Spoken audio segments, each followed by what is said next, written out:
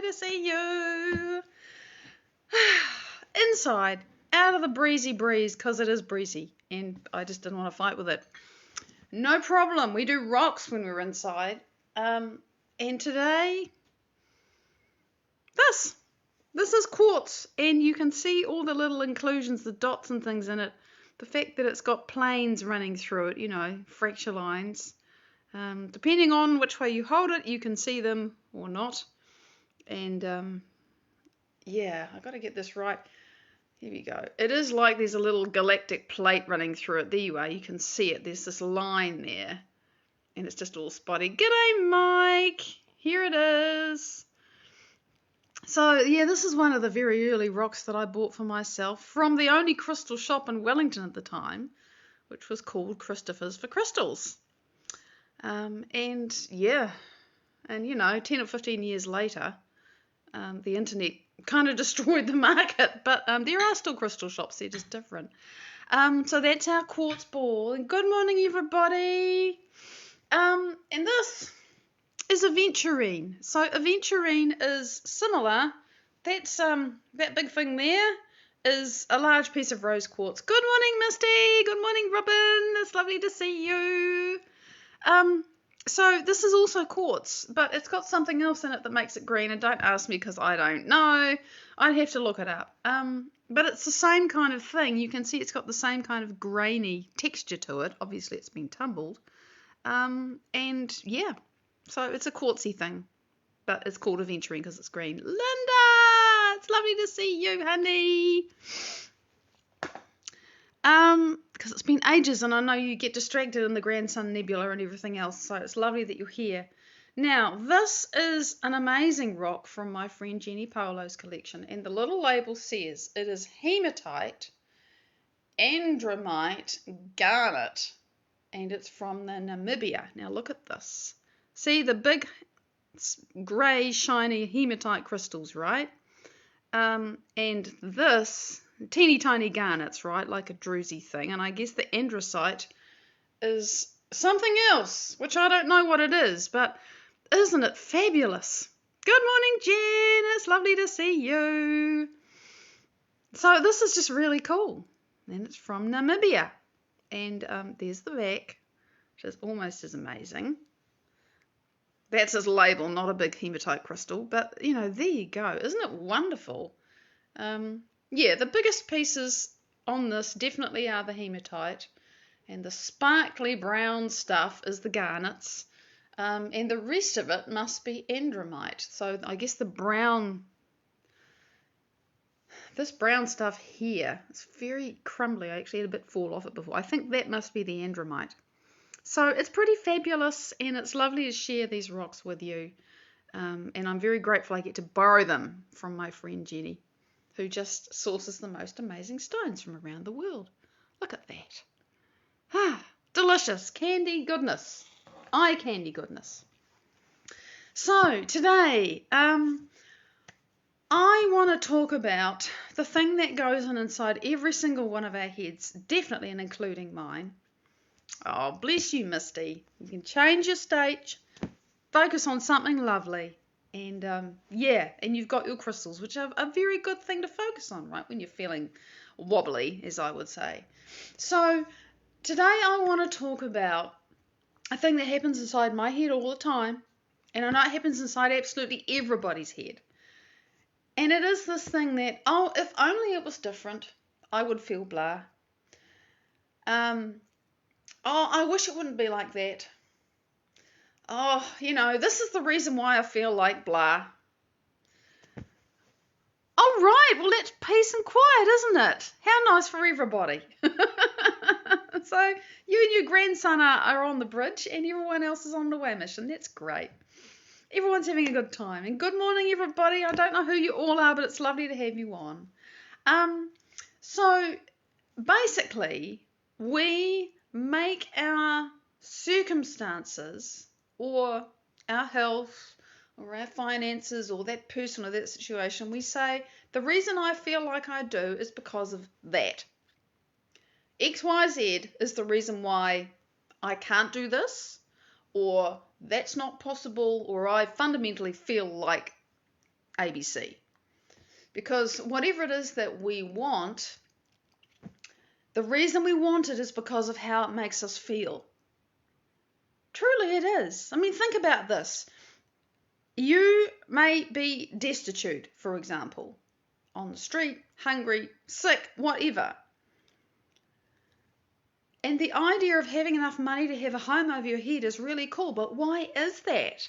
Because when you have a home over your head, you will feel safe. You will feel warm. You will feel happy, whatever it is. The only reason we do or want anything is because of how it makes us feel. Good morning, beautiful. Oh, that's a big experience, Lisa Louise. That's a lot to move through. And you see, your body's become pretty conditioned to that gloom and doom and stress, and oh my God, when's the next awful thing going to happen, right? So it's very easy to look back on something like that and say, this is the reason why I feel awful. And oh my God, what a massive experience that is you're going to have a massive emotional, neurological, neural net chemistry reaction to something like that. The challenge is that then the body gets locked into it, right? And I'm sure you know exactly what that's like. The body gets locked into it, and we start to say, because we have the experience, like a great loss, or, whatever it is, and we start to say, I feel like this because of that. And, this is me potentially opening up a great yawning pit and diving into it, because some of the things we go through are so extreme and traumatic and difficult. And it's like, and some people will be tempted to say to me, oh, so you mean I shouldn't have this feeling? No, I'm not saying that. Everyone's going to react. Everyone is going to react. Oh my God, 2 days ago I was watching my body pretend to go into trauma. I wasn't in a traumatic situation. I had to stop it, right? But when the trauma happens, or when the difficulty happens, or when you're on the street or you're sick or whatever, that is a thing that's going on. The challenge is how long we're going to stay there. Because as long as we stay there and continue to say, this is the reason why I feel like this, we're giving our power away to the circumstances. And as you've heard me rave on and on about, if we keep going like that, the body and the mind get conditioned into believing that's how it is. Yeah, it's oh God, I'm not a parent. I don't know what all of that parent stuff is like from personal experience, but I observe people going through the most incredible journeys. That's all I'm really going to say. So what I know is that when a neural net fires in your brain, because you're having a reaction to something, and that's human, and everybody reacts, the initial pouring of chemistry as a result of that thing going off in your head, it only lasts for 90 to 120 seconds. That's as long as the chemistry lasts. The reason why we get stuck in it is because this neural net goes off and pours, and then that neural net goes off and pours, and then that neural net goes off and pours, because you have clusters of these things, right? And your brain associates them. And so the body gets this big dose of chemistry, and then because your brain is spying out on your body all the time, you have that initial thought or that experience, and the chemistry goes, and then the brain says, oh, the body's feeling like this. I better think some more thoughts that go with this feeling. And it becomes this loop, and you get stuck in it. And those of you who've had this experience know what this is like. We get stuck, and from the initial 90 to 120 seconds, we can get stuck for years. People can get stuck for a lifetime. I'm sure you know somebody, at least, who had a traumatic experience, or like me, they were just permanently in lack, and they never got out of it. They just never got out of it, and it became who they thought they were. And this is normal that this person is depressed or angry or always complaining or never has enough money or is always focused on their illness or whatever it is. And they're saying, this is the reason why I feel like crap. But as long as we do that, as long as we say, that's the reason why I can't do it, that's the reason why I can't have it, this is the reason why I'm going to feel bad for, I don't know how long. We're giving our power away and we're letting ourselves stay locked in the experience. So that's the problem. What is the solution? Speaking as somebody who completely understands that and was completely lost or completely non-compos mentis about this whole bullshit thing of positive thinking, because it was just like, what are you kidding? Because I was never able to bullshit myself with my brain. It was like, well, I'm happy, I'm rich, I'm abundant, whatever. And my body was saying, no, you're not. No, you're fucking not. Who are you kidding? Bullshit. And it's like, I would think the thought and the reaction from my body would be like 20 times louder. And I didn't understand that my body was saying, don't you dare change my chemical continuity. I know how to be lackful. It really is a struggle, Carmelina. God, it's a struggle to think greater than how you feel when you've been feeling that way for so long. Remember, all the cells get conditioned to those chemicals. So this is the thing. To have a different experience, you have to change your state. And it doesn't matter what is going on or what has gone on. You have to change your state if you want your life to change. Period. It just is how it is. And oh my God, there's a story I'm going to tell you when I'm further through it. Nothing changes, as my inspiration, Dr. Joe Dispenza, says, nothing changes until you change your energy. And by that, he means, and I mean, you have to change how you feel. Because while you're feeling that other way, you're still in that chemistry and you're still firing those neural nets. And remember, the receptors on your cells get conditioned to the chemistry of the thoughts that you most habitually think. And so it's really easy for that chemistry that comes from your brain. You think the thought, you have the chemical, it goes to the thought, goes to the receptors, and your body is really good and conditioned to feeling that feeling. It's just how it is. And so the body doesn't want that to change. And that's why when I started to think a new thought, which would have had a new feeling with it, my body said, piss off. I'm used to this chemistry. This is why it is so hard to think greater than you feel. And the deeper and stronger the feeling and the longer it's been like that, the more resistance there is at the cellular level to change. That's why, I have this deeper understanding because of the education I'm giving myself. So the way to change this does require us to overcome that internal resistance. Not by denying it, but simply saying, body, I recognize this is you being my mind, because the body has memorized that process. It knows how to do it. The body is doing it without your assistance. And when you try to think a different thought and you want to have a different feeling, it says, piss off. You conditioned me to be like this for the last 37 years. So we have to think greater than we feel. And it's this process of learning to create heart coherence and brain coherence that accomplishes this for us. And every time the trigger goes off, just no. I've got to remember the feeling of my future, even though I have no idea what it feels like. I've been doing that recently. In the last literally 2 days, I've recognized something profoundly deep about me that has limited me massively through my entire life. I suspect from before I was born. I came in with this as a puzzle to solve. This is massive, okay?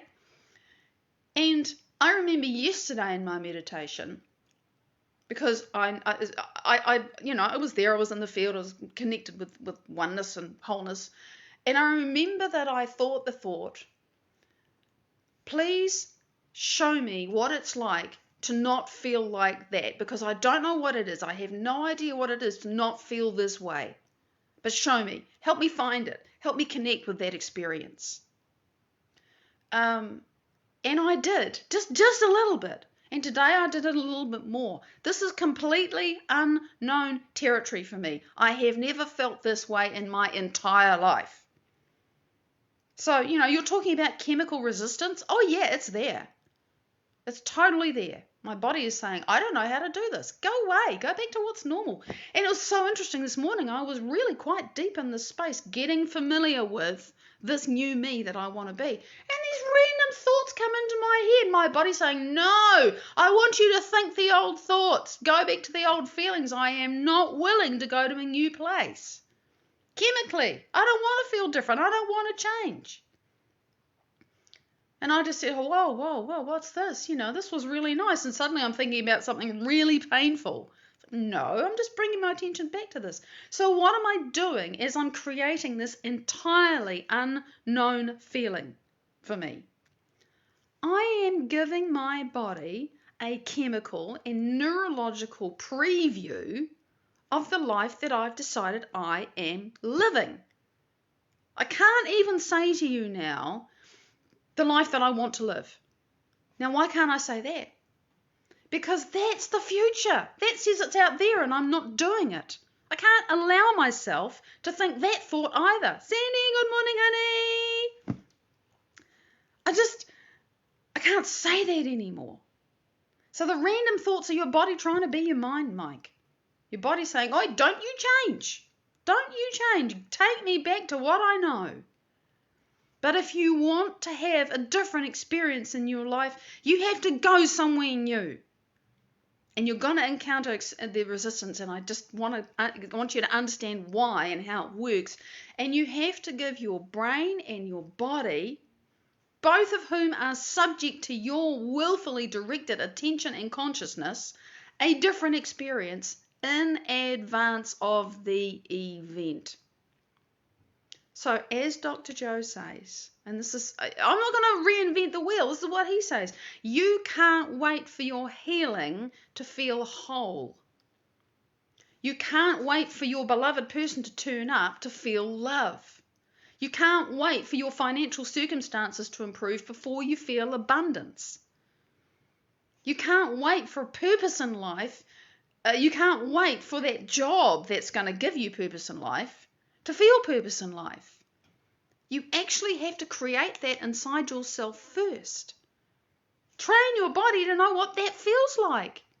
Because remember, if it doesn't know what it feels like, and if it's not familiar with that feeling, that perfect job that would just absolutely allow you to express yourself with so much satisfaction in life could come along and you wouldn't recognize it. Because remember, whatever the chemistry is that's happening in your body, it's got those corresponding thoughts and those corresponding receptors activated, and you literally can't get new information. It just gets filtered out. The receptors on your cells are saying, we're looking for information that equates to our fearful and lackful and angry and sad or alone or whatever it is state of mind, and anything else literally can't get in. It's this huge bias. And you're right, we get comfortable. And that's why, Robin. It's not because you're a slacker and you don't care about your life. It's because your body is strongly conditioned into the past. And the only way to really challenge it, both, is to decide who you want to be in your future and put all of your energy and your intention into becoming that person. Becoming means thinking and feeling and acting like that person. And when you do it, you can expect it to be uncomfortable because you don't know what it's like and it's unfamiliar. And trust me, I am in the middle of some very unfamiliar things right now. Things I would never have contemplated, probably even a week ago. That's how rapidly I'm changing. So we just can't give our power away to our circumstances. And believe me, I've had a massive change in my circumstances. Really big change in my circumstances. Positive change in my circumstances. And do you know how much it changed me in here? Almost nothing. Almost nothing. And it doesn't actually mean taking a risk. At least not the way. It's not about taking a risk like you're white knuckling it, you're holding onto your parachute for dear life, you're terrified, or you're hanging off the top of a building, or you're looking down and thinking, oh my God, I'm going to die. That's not the kind of going into the unknown that we need to practice. Because why? Why would you practice? That's fear. But what if you can become at ease with stepping into the unknown and maintain some degree of heart coherence or brain coherence or even better, both, while you do it? What if I'm very consciously not forcing myself to go through these radically different choices that I'm making? What if I understand that the most important part of the whole thing is that I make the radically different choice without fear? Without, I just got to get through this and deal with whatever the, aftermath is afterwards. There's a big risk, it might all go wrong. That's fear. No! What if I can come into such a state of being who I want to be that radically different choice feels natural to me? That's the kind of change that I'm interested in doing now. And you're right, we do have to push through to overcome ourselves, Robin. We do. But we don't want to push ourselves into more forcing and trying, and this is scary, and I'm making myself more peaceful by getting scared to crap. It's just no.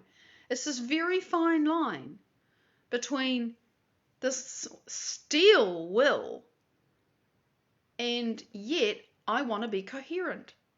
I want to be in love. I want to be feeling safety. I want to be feeling trust in the unknown.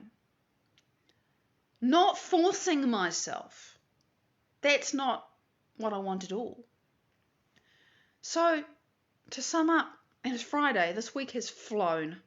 To sum up, if you can give your body an experience in advance of what you desire to have, then you are training your body first to recognize it, and secondly to be able to move into it when it comes. And that's actually going to make you literally, magnetically, and electromagnetically attractive to that thing. By quantum law, you make yourself a resonant match to what you desire in your life. It can find you. And you stop scratching around, clawing through things and trying to have it get to you or make it happen, and you just get busy being it. And then when it shows up, it's like, oh, cool. But you don't need it to feel a certain way, because you've taken your power back from the circumstances and the experience in the past and everything else that got you locked in that refractory state. The chemistry in the brain just keeps going and going back to and says, this is why I'm feeling bad and I can't break out of it, and this is why I'm feeling bad and I can't break out of it. If you can give yourself an experience of what your future feels like, then you are moving into your future.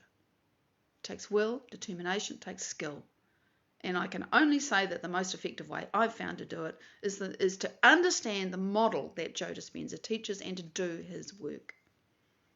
So I'm going to stop because I'm over time. Big love. Thank you for joining with me this week. All your wonderful comments and participation. I really appreciate it.